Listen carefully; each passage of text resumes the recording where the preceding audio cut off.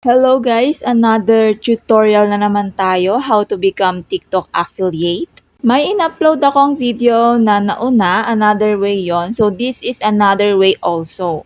Ilalagay ko na lang sa comment section yung link. So syempre bago ang lahat, sana ay naka-follow ka na para updated ka sa iba ko pang videos.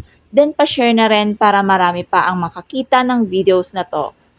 So, ayun lang. Salamat. Let's begin. So, unang-una, syempre, kailangan may healthy TikTok account ka. Second, dapat ay ikaw ay 18 years old above. Mahigpit na pinagbabawal ni TikTok ang mga minor. Magkaka-violation ka or mababan ang TikTok account mo kapag ka 18 years old below ka. Third is kailangan mong maka 1K followers. Kapag check lahat ng nabanggit ko, ready ka na. So, nakikita nyo yung 3 lines sa upper right corner, click nyo yan, and then yung TikTok Studio, click mo. Tapos yung TikTok Shop for Creator, click mo rin. Syempre dahil magsisimula ka pa lang, iba yung lalabas dyan. Scroll mo lang siya at may mababasa kang requirements ni TikTok.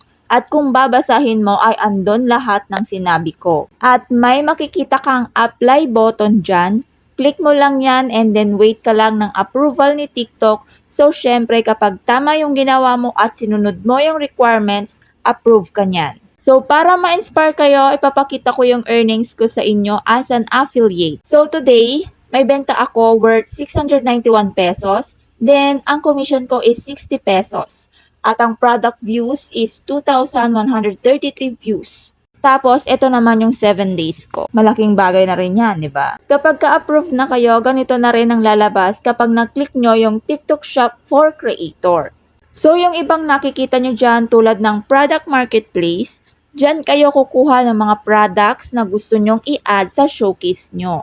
Dyan din kayo makakapag-request ng free samples. Dyan nyo makikita yung mga products na may free samples or pwede kayong humingi ng free samples. Your shop is yan yung kapag ikaw ang seller.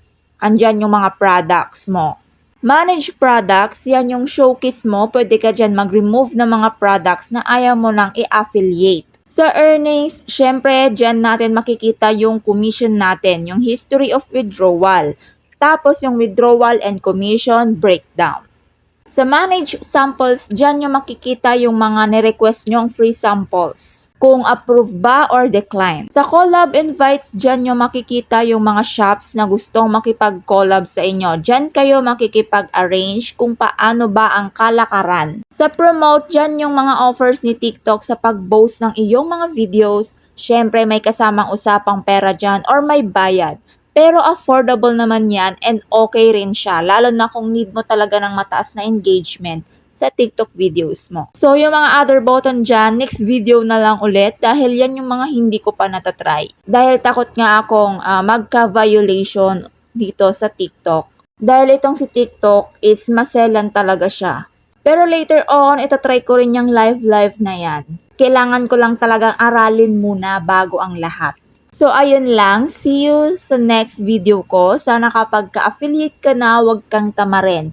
Dahil sayang yung opportunity. Tapos, huwag ka rin panghinaan ng loob. Lalo na kung mababa yung views mo, kung wala ka pang benta, or mababa pa yung commission mo. So, para naman ganahan kayo, ito yung mga na-withdraw ko na from April 12 up to now. Yan. So, malaking bagay na yan. So, ayun lang. Favor na rin sa inyo. Follow nyo na rin ako sa TikTok account ko. Salamat!